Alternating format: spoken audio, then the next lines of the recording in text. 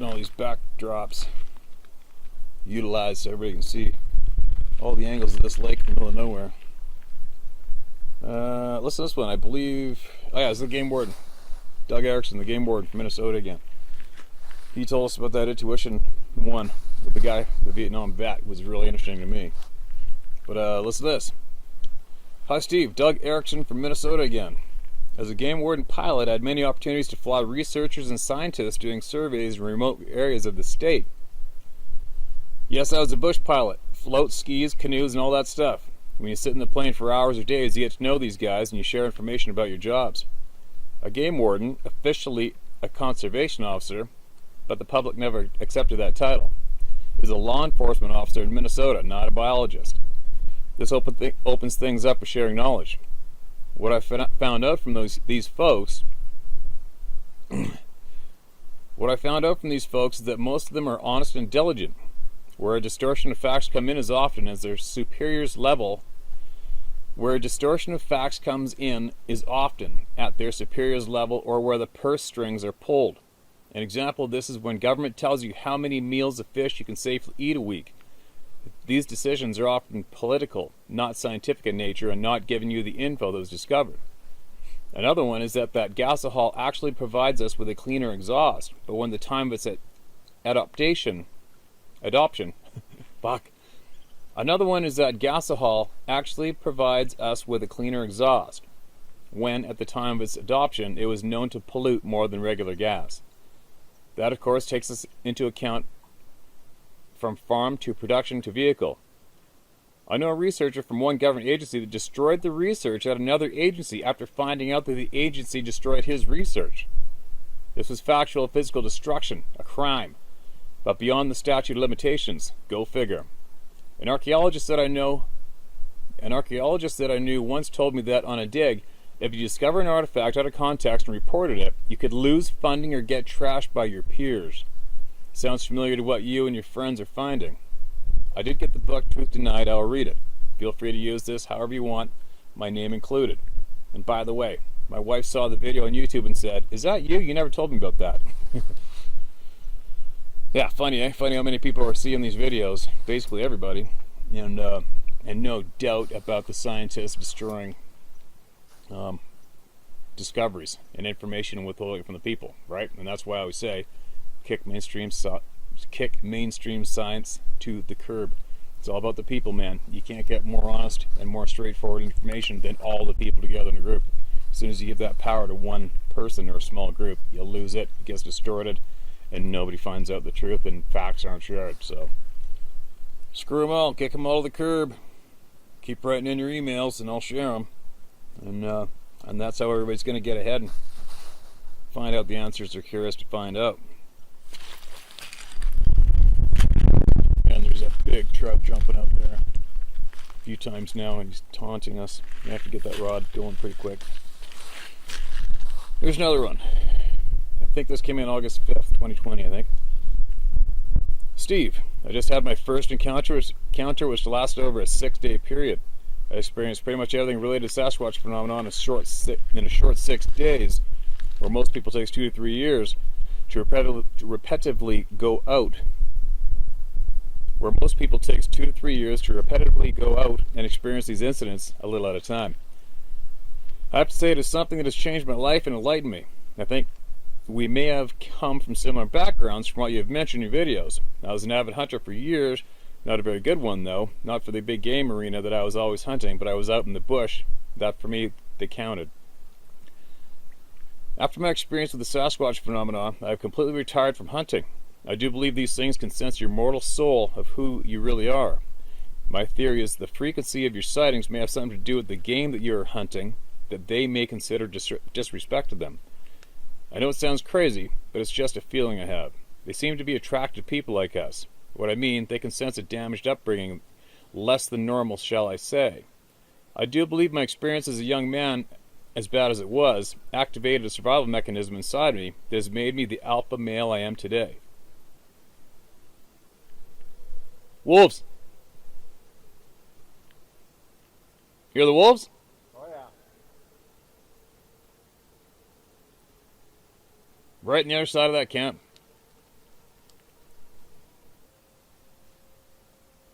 Loud though. Huh.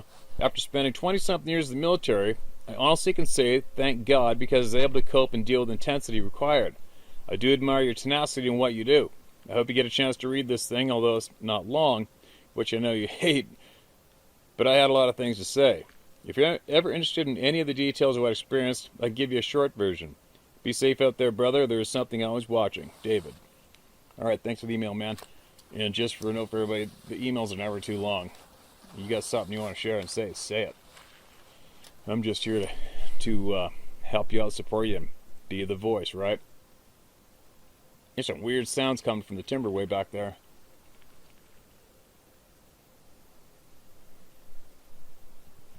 And I stopped. Weird. Huh. Anyway, there's a couple more. And more and more and more and more and more, and they just don't stop.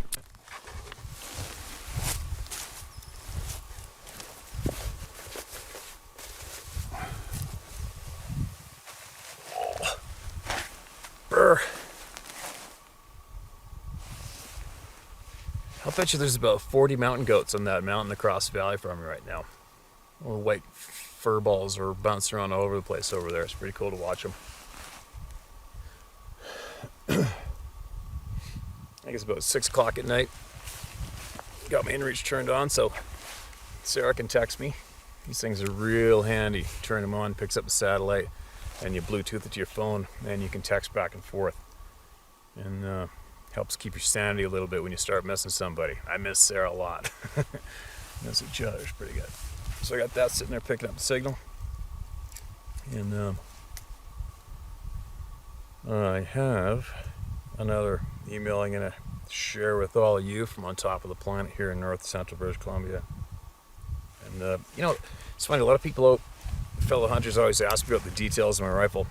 And, I'm not a gun freak. I'm not a gun freak at all. I treat guns like I do. It's just a tool to me. It's a tool of the trade. I think it's a Macmillan stock, stainless barrel. It's made by the Montana Rifle Company. It's a 300 Winchester short magnum. And the scope is a 4500 Elite Bushnell scope. It's nothing spectacular, but this is a true tack driver. Big time. It's routinely smacking targets at 650 yards with it. Last winter it was on the ice in the frozen lake. So, I had to buy it as an emergency. My other Magnum, the barrel split on it, and I was guiding, and I phoned a friend to find one for me because it's really tough to find a left-handed, good, solid Magnum when you shoot left. I'm right-handed. I'm just left-eye dominant.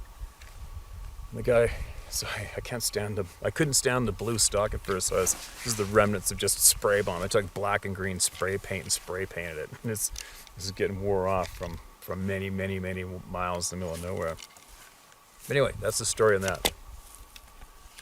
And there's the stuff on the end of it, for anybody who's curious, that's tape.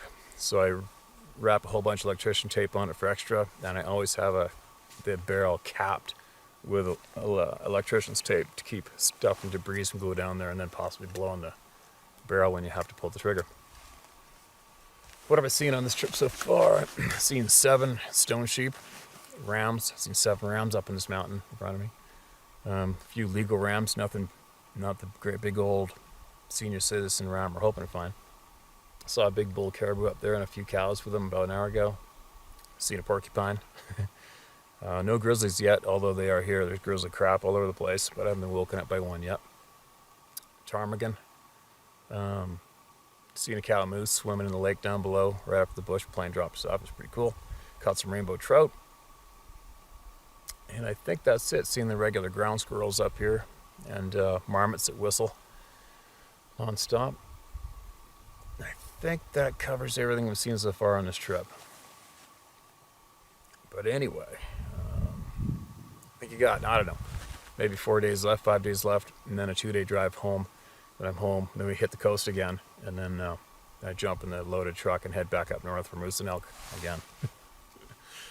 Oh boy. It's been a crazy lifetime, you guys, I'll tell you. All right, you ready? Listen, that thing recording? Yeah. All right, listen to this one. Hey, Steve, kudos on douchebag elimination. I don't know why that word has always made me laugh. It just makes me laugh. There are not too many thumbs down anymore either. All right, thanks, man, and it's not too hard, right? They're probably the easiest people to trigger and reveal publicly, and then you just delete them. But anyway, my dear recently departed mama piled 5 of us kids in a 62 Falcon in 1964, and we headed to the Smoky Mountains, danced with the Cherokee Indians, and headed over the Smoky Mountains back to Tennessee. I will never forget this picture in my mind. We were coming down the mountain in a rainy, foggy morning, and Mama said, "Lock the doors, there are crazy mountain men here." Right then, me and my little brother were fighting over the window seat, and I was 8 and 3 years older, won the window seat. Then, looking out the window, this giant, ugly, hairy, wild face was right at the window. My little brother saw it too, and we both said, "F the window seat," but I was stuck. The hair was all black and wild, and he looked like an ugly giant Charles Manson. Fast forward to 1979, first week of July, a crazy friend of mine and I were both laid off from work. Me from Ford Motor Company, him from an Avon plant. So we decided to hitchhike back to Florida. On the way, we got separated at 2:30 a.m. I was alone walking over a bridge in southern Ohio over the Ohio River, and the full moon lit up the river. Then I heard this loud boom, boom, and I looked at the river bend, and some giant creature had a tree beating on a giant stump. I immediately looked down to determine how high I was, and far away I could see him, he could see me. I just started running. I was just out of the Army, joined for NOM, but missed it. Working in the Ford plant, and hunted and trapped all my young life, and the July 79 confirmed the Bigfoot shit I had thought was real. That made me think about an artillery round, because my Winchester Model 94 or 44 mag, good thing it has 10 rounds, might not make me alpha predator in the woods anymore. Fast forward to 2004, back to the Smoky Mountains. I had found an arrowhead honey hole, but I always felt watched. I took my 3 mountain cur dogs with me and was out 4 hours, and I needed to get the dogs back and feed them. Then I smelled a nasty stench, way worse than any septic backup. The dogs, all 6-month pups that were dropped off, gathered around my feet, whimpered, and then shot off like bullets. Then I looked and saw an oak tree, 2 swaying back and forth and through the brush. I saw all black up to 6 feet or better. I was not sure what it was, but I'd say a Bigfoot. I share your attitude. F anyone, give me shit. I've been in jail many times because even now at 63, next week I'll fight. Good for you, man. Sock it to him. Fast forward to 2015. I was sitting right here in Hardin County, Tennessee, Morris Chapel on the Adamaville Crump line at 2 a.m. I heard coyote going off, then I heard one yelp, and I knew it just got killed. I got a nervous feeling. Then 1/8 of a mile away, I heard that yell, scream, roar that put me on high alert, and military kicked in. It was coming my way and snapping and busting major trees. It slapped a house 2 houses away, and then the house next door, and then quiet. I was sitting there listening to Sasquatch Chronicles and Missing 411. I'd been with them since day one. Then my knees were shaking, and it smelled like septic backed up because I said, "Oh shit, I have to dig up the lid and drop 2 bags of lye in it, or call the honey wagon." Then with my cell phone in my hand, I sneaked to the end of the house, and I felt like when we used to go fruiting, a farmer has a shotgun and will shoot at you, but still had to look. And I saw a 6-foot silhouette, and I backed up thinking I need a flashlight and a camera. Duh, had my cell in my hand. I was pretty shook up. I have more proof there around here. I have proof of Dogman attack in the Smoky Mountains also. I saw the bite marks right through a Dodge Caravan grill and fender, right through the steel needle teeth bite marks. Those are real also, Steve. You can use my name, David Scaff, or Charlie. Everyone can kiss my ass. What I don't get about these sightings is how vivid, reliving the sighting, how you can about smell the air like time stops. So glad you, Scott, David P. all got together. Thanks for the drop to one knee tip on the grizzly. That'll probably save my ass. Awesome job. I got your back also. CDSII. Charlie David Scaff. Hardin County, Tennessee. back to Ohio next week. You're a badass. My dad was fighting World War II with your gramps. All right, Charlie. Thanks for that email. We all appreciate it. And it's interesting you got to actually see one of these things beating on a stump of the tree. And, more people hear that sound than not. And it's never normally accompanied with actually seeing one of these things doing it with a piece of wood, right? A lot of people claim to think they're mimicking it with their hands or their mouth. But then, what was that, an email or two ago? That person reported to see that white Sasquatch smack the side of a tree with the palm of its hand a couple times. Why they do that, I don't know, I haven't a clue. Maybe they'll tell us one day. It's kind of funny, there's a jetliner going over top, probably coming from Anchorage or something. Actually, who knows where it comes from? North Central BC? Yeah, that jet's probably coming from Whitehorse.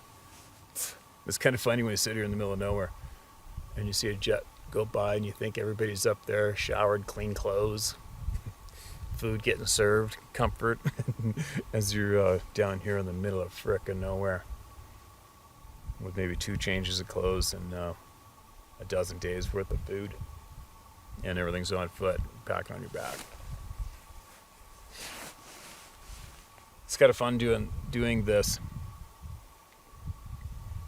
Sometimes you have mixed feelings because you get up here, you miss it when you're at home, and then and you can't wait to get back in these mountains. But then when you throw all that shit on your back and grunt your way, like this other lake we flew into, you literally leave that lake and go straight up into the timber with no trail. I've been trying to get this one particular zone for a while now, and came out from a different angle. So when you do that, it's an absolute adventure. You're going straight into the forest. You don't know which way to go. You don't even know if you can make it from the way you pick. So it can be very, very, very hard physically, and then of course that sucks the life out of you mentally too, right? And then you'll have your weak moments, and you start to question your sanity. I do it every time, when things get real hard. Like yesterday, we backpacked all the way up here. I don't know how many miles we went. I think we are about 12 miles as the crow flies, but that's straight up a mountain and contours down creek bottoms through tangled stands of stunted spruce, no trails, falling over, hitting willow patches, brick walls, and then you make your camp, and then you hike another 5 miles one direction through hell to go check some basins and bowls out while chasing these mountain sheep around. And then the fog and the rain sock in and start pouring on you, and you're up here where there's no firewood, no shelter, and then you got to get back to your tent, and then somehow, and it's going to be a lightweight small tent, so it's not like you can just jump in there and stand up and dance around getting changed. It's quite the ordeal. It's a pain in the ass, and then you start getting angry at yourself. You're exhausted, you're tired, you're frozen. You're like, what the F am I doing this for? I've done this enough. Why am I here? I could be at home with Sarah sitting on the boat fishing or something. It's funny how it goes. But then you have a moment like these right now that I'm sharing with you guys, and everything makes sense. And you're doing the right thing. And you're doing what your soul craves and what you're supposed to be doing. And as far as I'm concerned, when you do this, it enhances your sixth sense. And it helps you see through the bullshit that some very dark people are dumping upon us all, mainstream, in life. Sometimes I wonder if that's a curse, I wonder if it's a curse sometimes to want to demand the truth, find out the truth, expose the liars, make them pay, and try to right a bunch of wrongs instead of just falling in line, doing what you're told. Don't think for yourself and play along and live your life out as a bit of a drone, Sometimes I wonder if that's not a bad thing sometimes. Because once you get going like I have, there's no stopping, right? You just keep going. Then you find out more and you learn more, and then you get more angry, and then you want to go grab those dark pricks who've been lying to all you, and you want to make them pay. Shake them around a bit, and you don't want to stop until you win. And at times you realize that the fight you have chose is a pretty frickin' big one. It might not end until after you're past, Whatever it is, what it is. Whatever's steering me to do what I'm doing here with these videos and all of you I don't know. Obviously, that's what I'm supposed to be doing, right? Otherwise, I wouldn't be doing it. Why? I'm not quite sure yet exactly why, but we're going to find out eventually. But I'm not going to quit. I'm going to get all of the answers. I will get all of the honest answers, and they will be shared with all of you honestly. Nothing's going to be held back, no matter how badly if I potentially get threatened one day, bring it on. Do what you got to do. But I'm not going to shut up, and I'm not going to stop seeking the truth, and I'm not going to stop sharing it with all of you. That's not going to happen.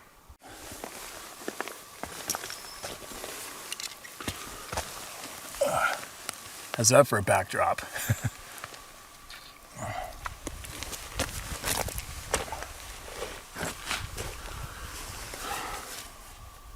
Once again in the middle of nowhere.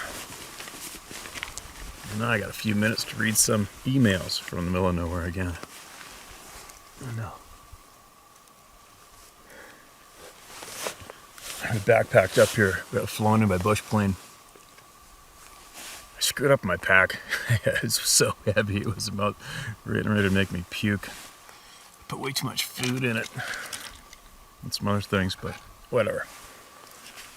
A few years ago, I tried to get into the spot. From about, 15 miles back that way.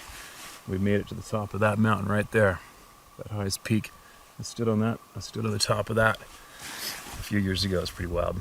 And then a blizzard came in and squashed our tents. We had to hike out of there in 2 feet of snow. It's really sucked.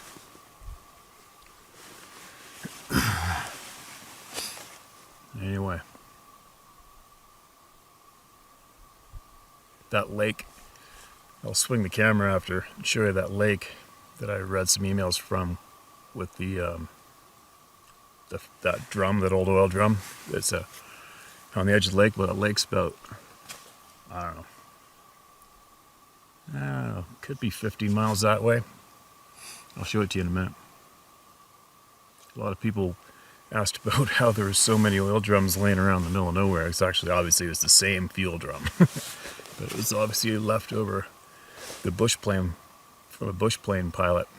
They, for years, they'd stash fuel along the routes up here. I guess not everybody was too keen on dragging home the empty cans, but whatever, it is what it is. Anyway, I'm going to read you one. See what we got here.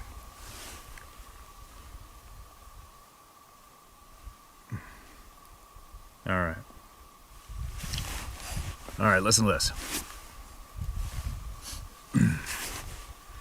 The names in the following account are changed to avoid criminal prosecution.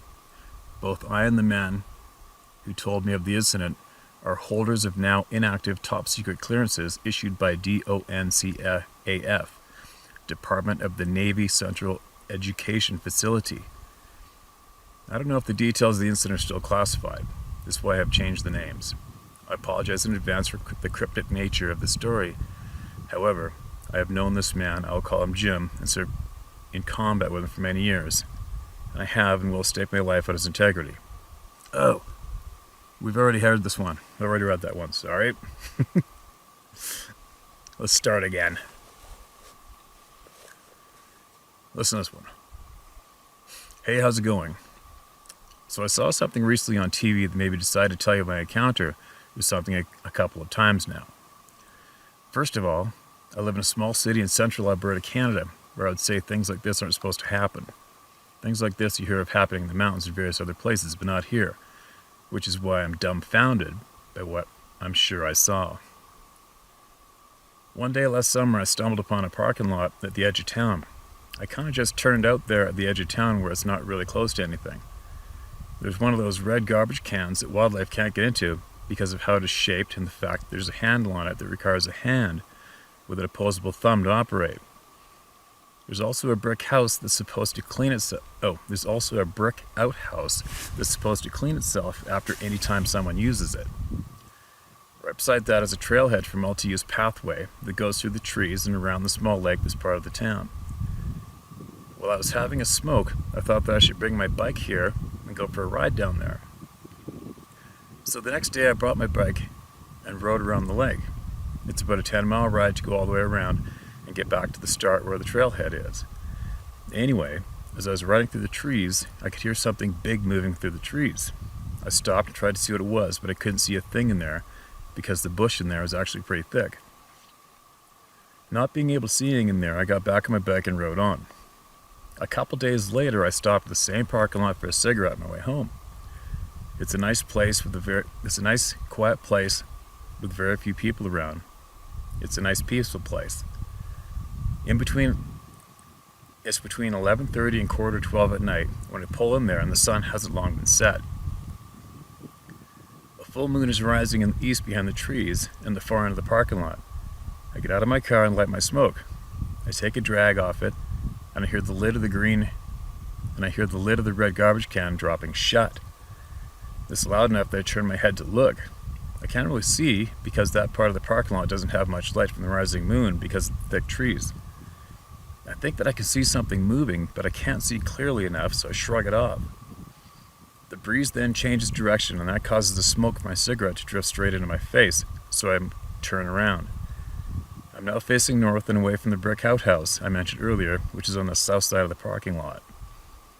I'm still parked by it right near the west end of the parking lot.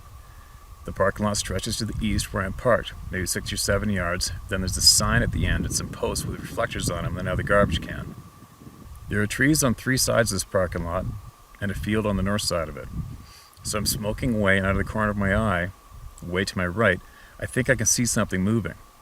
So I turn and look, but whatever was moving stopped, and therefore I can only see a large shadow-like thing there.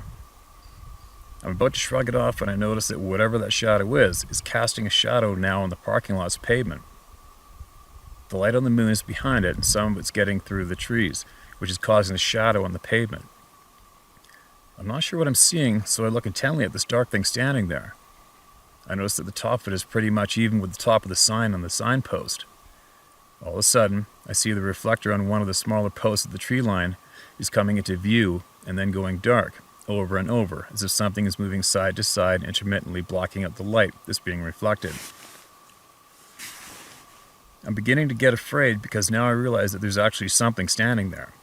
Something that I can't really see clearly, and it's also something rather big. I then start to hear what sounds like a rumbling sound coming from that general direction. There shouldn't be any sound coming from that direction because there are no businesses or even any houses in that direction. It's just wilderness over there. Suddenly I can feel a huge amount of fear. It started at my feet and quickly went up the back of my legs and then my back until I could feel the hair on the back of my neck standing on end. I put out my smoke, jumped back in my car, and then got the hell out of there. Anyway, I pretty much completely forgotten about that when I found myself pulling into the same parking lot last Sunday night for another smoke on my way home. As I was pulling in, I remembered the incident and turned on my bright lights to survey the parking lot in a big circle before stopping for my smoke. I saw nothing, so I stopped and got out of the car. I'm looking towards the east of the parking lot where I saw something the summer before as I smoked my cigarette, when I hear the strangest sound coming from behind me and to the right side of the brick outhouse. I turn around and I'm actually able to zero in on pretty much exactly where the sound's coming from, but I can't see what's making the sound.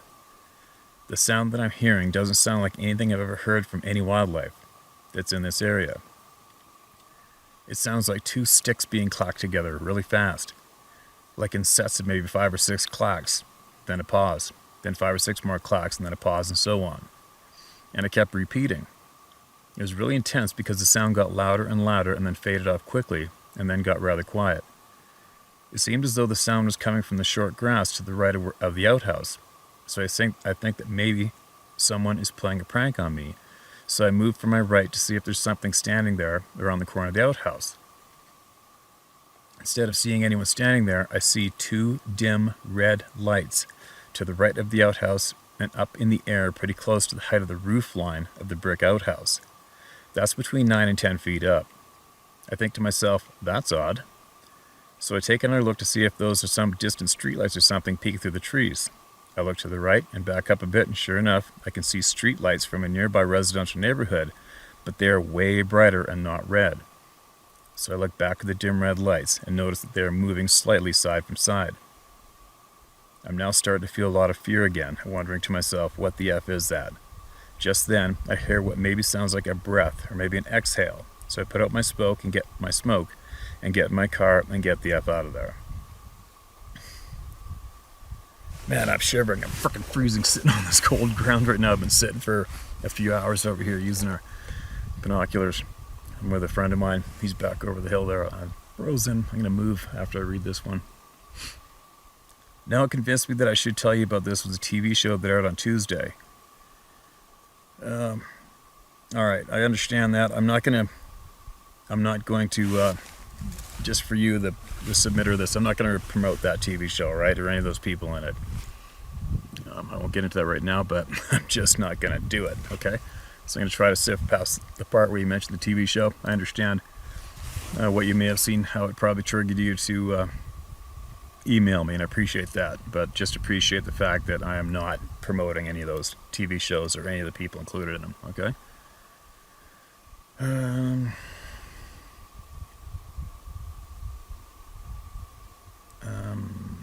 All right, here we go. After you watched the show, you claimed your heart was racing. I couldn't believe what I was seeing. It was then that I said I need to tell somebody about what I saw, and you're the first one I thought of because every time you post a video, you post people's stories without judgment, and I appreciate that.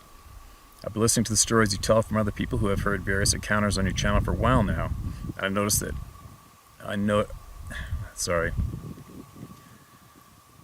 never once thought that I would ever have any kind of encounter of my own, like ever in my life. I'm not going to tell you that I actually saw a Sasquatch because, to be honest, it was really dark there on Sunday night, and I couldn't actually see anything except for those two dim red lights that seemed to be moving slightly side from side. But I saw and heard something. Anyway, I'd be honored if you posted the story sometime. By the way, I got to tell you that it's okay if you don't believe me. Most people wouldn't anyway. That's kind of why I'm not really revealing a lot about myself or where I specifically live, but I do know this really happened. My name is Peter, and this is a true story. Thanks, kindest regards, Peter. P.S. I also believe, from all the stories I've heard, that Sasquatch are sentient beings that we should just leave alone and never harm. I hope you feel the same way. Thanks again. All right, Peter, thank you for sending that email in, and I'm sure you know by now that you're not alone. There is literally thousands of people seeing the exact same thing you have, okay? And I'm actually going to write quite a bit about that in the second book that's going to be coming out. One entire chapter is going to be dedicated to why these beings are not monkeys or apes. It's very, very obvious why. And but it's not obvious why. But it's not obvious why many of the known names in the so-called Bigfoot Sasquatch community will not acknowledge that these beings are not an unrecognized monkey or ape when they know they aren't. But anyway, I think I'm going to swing around to another rock here, and I'm going to use that backdrop over there at that lake in the distance, the one that you guys saw in the previous video where I was leaning up on that fuel drum. When you look at that lake, right at this very end of it, on the straight end, the back, is where I made those videos from there a month ago. But anyway, there you go. There was another one. It's just not going to end.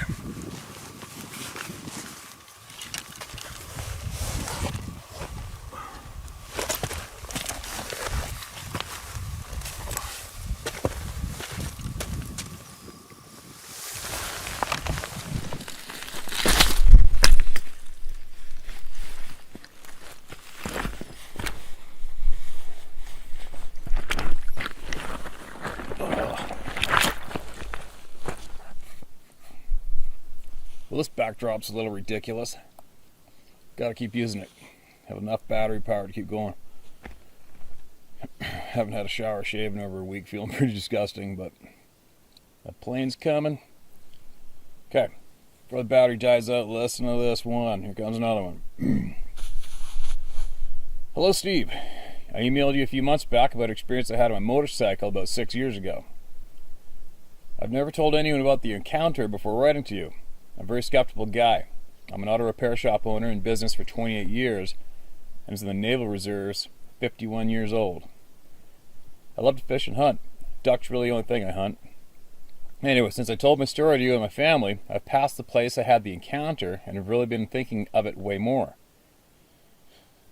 I've gone duck hunting since I told my story. 6 years have passed since I had the encounter that scared literally the piss out of me. Nothing has happened but both times that I have hunted since something has. Nothing has happened but both times that I have hunted since... What? It's close to where I saw what I saw that night 6 years ago. It caught my eyes. I sat in my blind in the Marapaz Swamp WMA. It was intentional. I know it was. It had that irritated, almost painful groan I heard 6 years ago. I could feel if it wanted me to know that it knew I had been thinking of it and telling my story. I was swiping at the thick amount of mosquitoes and looking up at the sky for birds. I could feel a strong sense to look to the right, and it scared me to have that feeling. I looked and saw this damn thing at about 80 yards leaning against a willow tree. It was at least 8 feet tall, 4 feet wide. I could see its arms clearly muscle-bound and almost signaling, "Here I am. Remember me, you MFer?"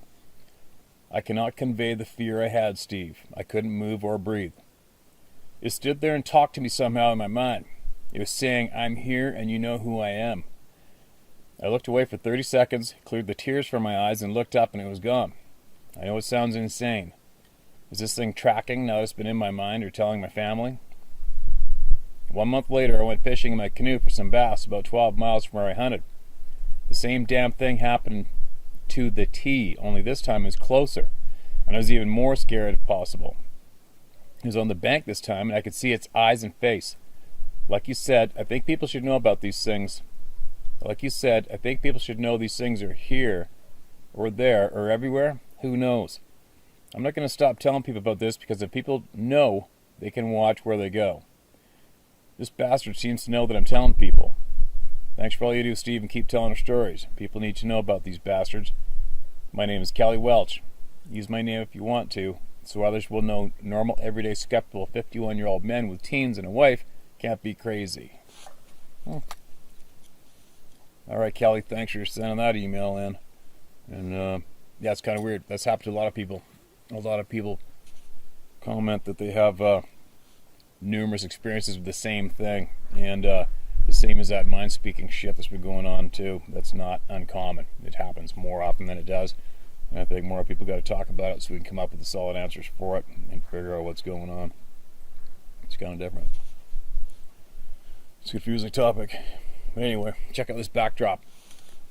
This is insane. Just watching 2-3 pound trout flying out of the water in the sunlight, crystal clear. Randomly caught a few. It's a pretty wicked place. And we are north central British Columbia.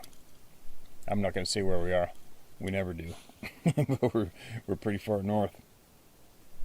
But anyway, I think I'll dig in here for another one. Hopefully that battery's still going. I'll see what I got here.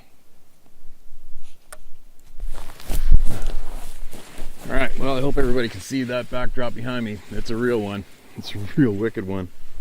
And I got time, enough battery for one more email. It's another from British Columbia. My name's John. I've watched your channel for the past year and a half and thoroughly enjoy your enthusiasm for the outdoors and the unknown. I was born and raised in Fort St. John area, and I'm a proud member of an Aboriginal community north of the city. I'm pretty sure I know which one that is. I'm very familiar with Fort St. John, as you probably know. Having spent most of my childhood and early teens on the reserve hunting and fishing, my curiosity for what else may share the forest with always was in the back of my mind. And soon I began to ask our elders of it if there's anything our people may have encountered in the past. They shared with me stories of the bushmen, wild people, not monkeys, that live deep in the bush and were treated with the same respect that any other creature that walks or swims or flies. That brings me to my experience.